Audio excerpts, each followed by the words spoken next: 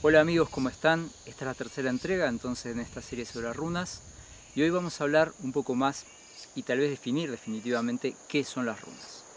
Hablamos del principio, del origen y quisimos empezar desde el origen para llegar a este punto que es el fundamental, qué son las runas. Es la primera definición que vamos a hacer y de la cual vamos a ver entonces qué no son runas. Y es muy importante cuando hablemos de la runa blanca, que es de lo que vamos a hablar también en este fragmento. La palabra runa, rune, es una palabra muy antigua del idioma germánico. De hecho, en alemán existe un verbo que hace alusión a un secreto, a un susurro, algo que se dice en secreto, algo que se dice bajito para que lo escuchemos solamente nosotros. ¿Qué entendemos de esto? ¿Cuál es el sentido de esta palabra en la definición? Bueno, es evidente que las runas es algo que se dice en secreto, que se hace en secreto. ¿Pero por qué? ¿Cuál es el sentido? ¿Un sentido mágico, esotérico? Bueno, tal vez sí, pero tenemos que ir un poquito más. El secreto solamente lo puedo oír, el susurro solamente lo puedo oír cuando hay silencio a mi alrededor. La runa, al ser un conocimiento interior,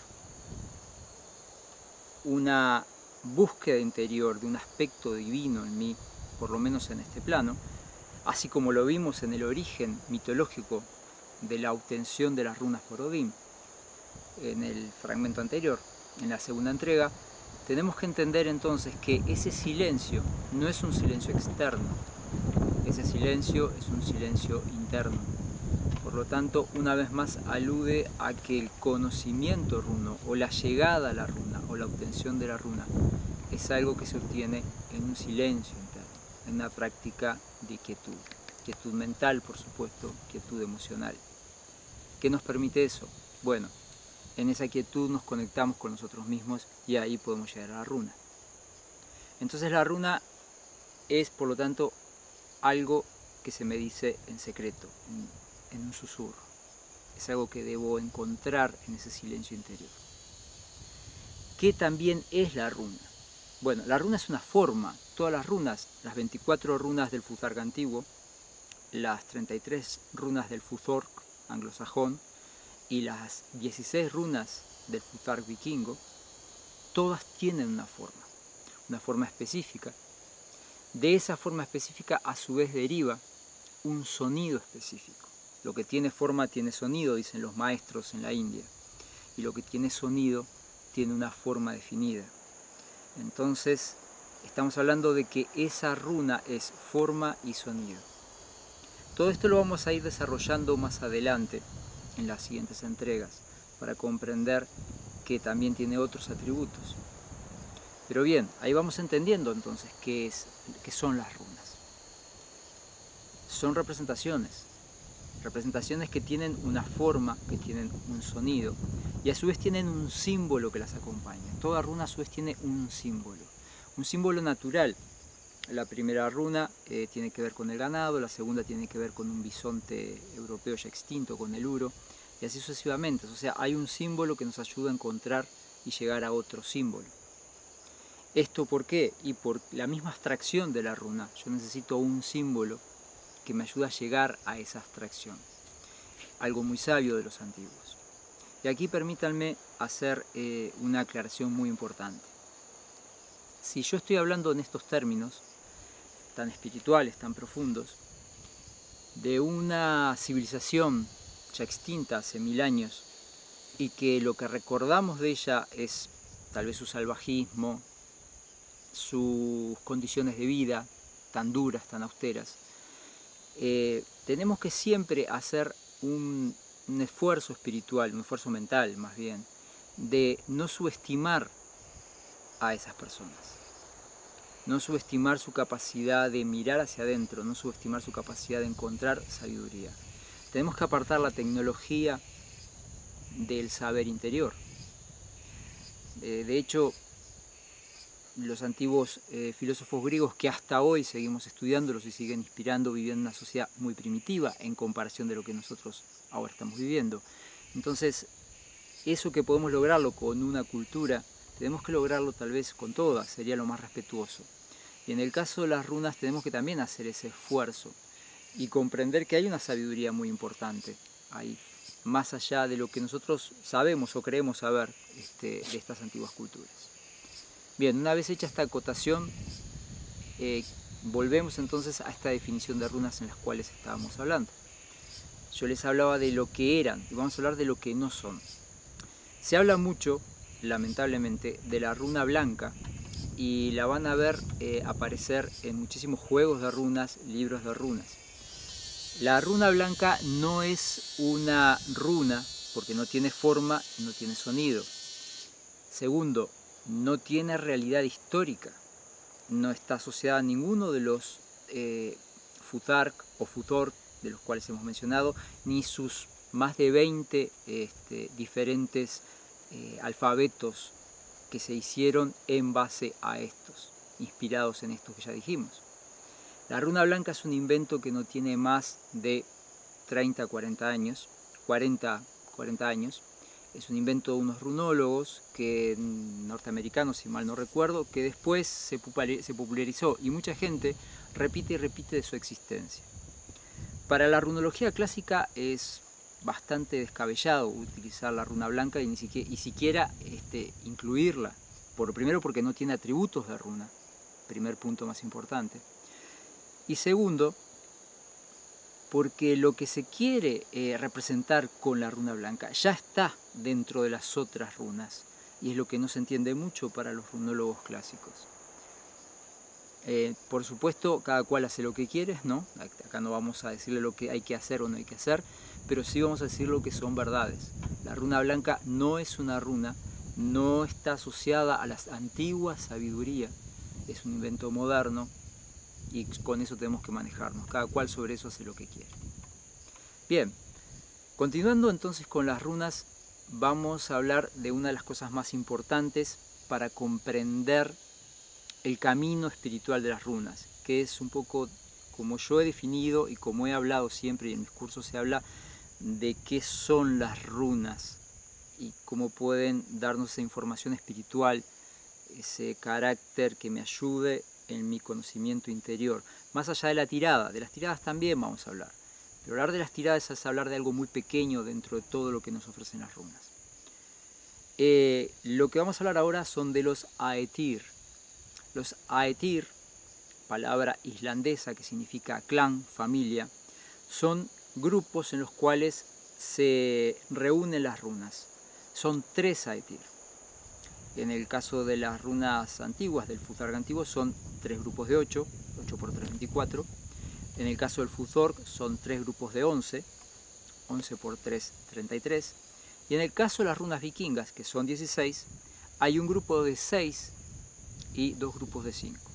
Y esto es muy importante de destacar, porque los Aetir nunca se perdieron. Ese concepto de reunirlas en esas 3 familias o clanes, Aetir en plural, Aet en singular, era tan importante que ni siquiera en las runas vikingas, cuando no daba la división correctamente, igual se mantenía el concepto del Aetir.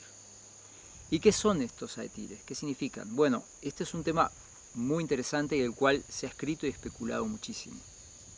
Se ha dicho que son 3 divisiones o estados de conciencia que se representan por ejemplo, niñez, juventud, madurez, o niño, mujer, hombre, niño, hombre, mujer.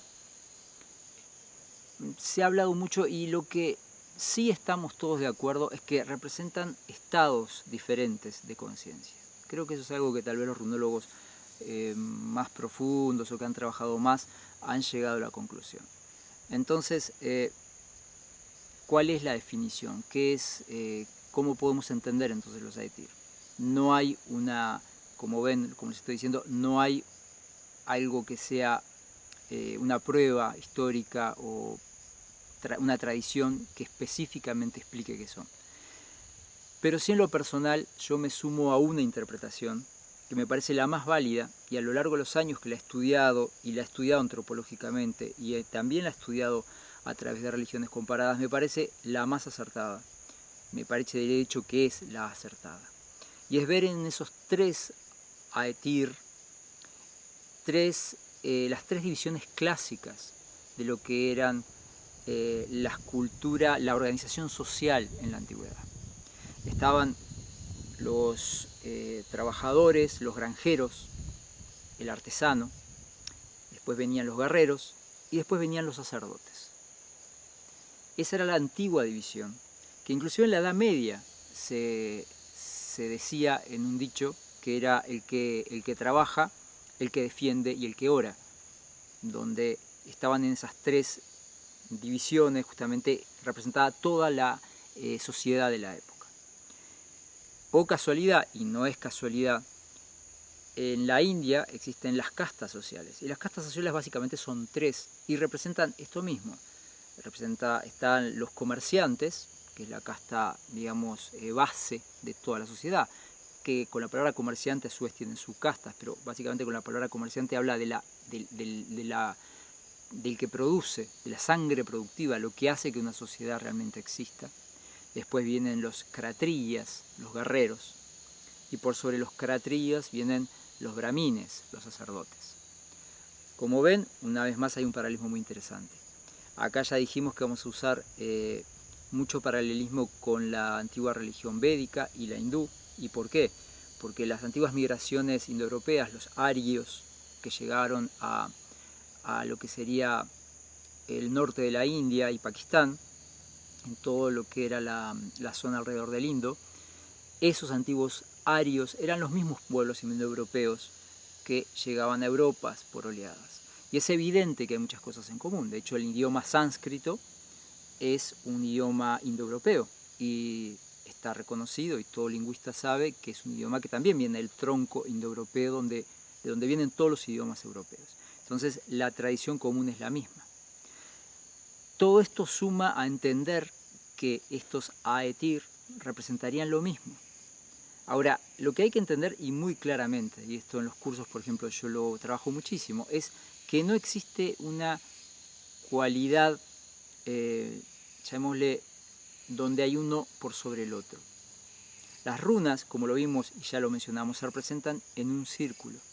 Son equidistantes de un centro. Todas son iguales. Todas son un rayo del sol. Entonces no hay una jerarquía propiamente dicho.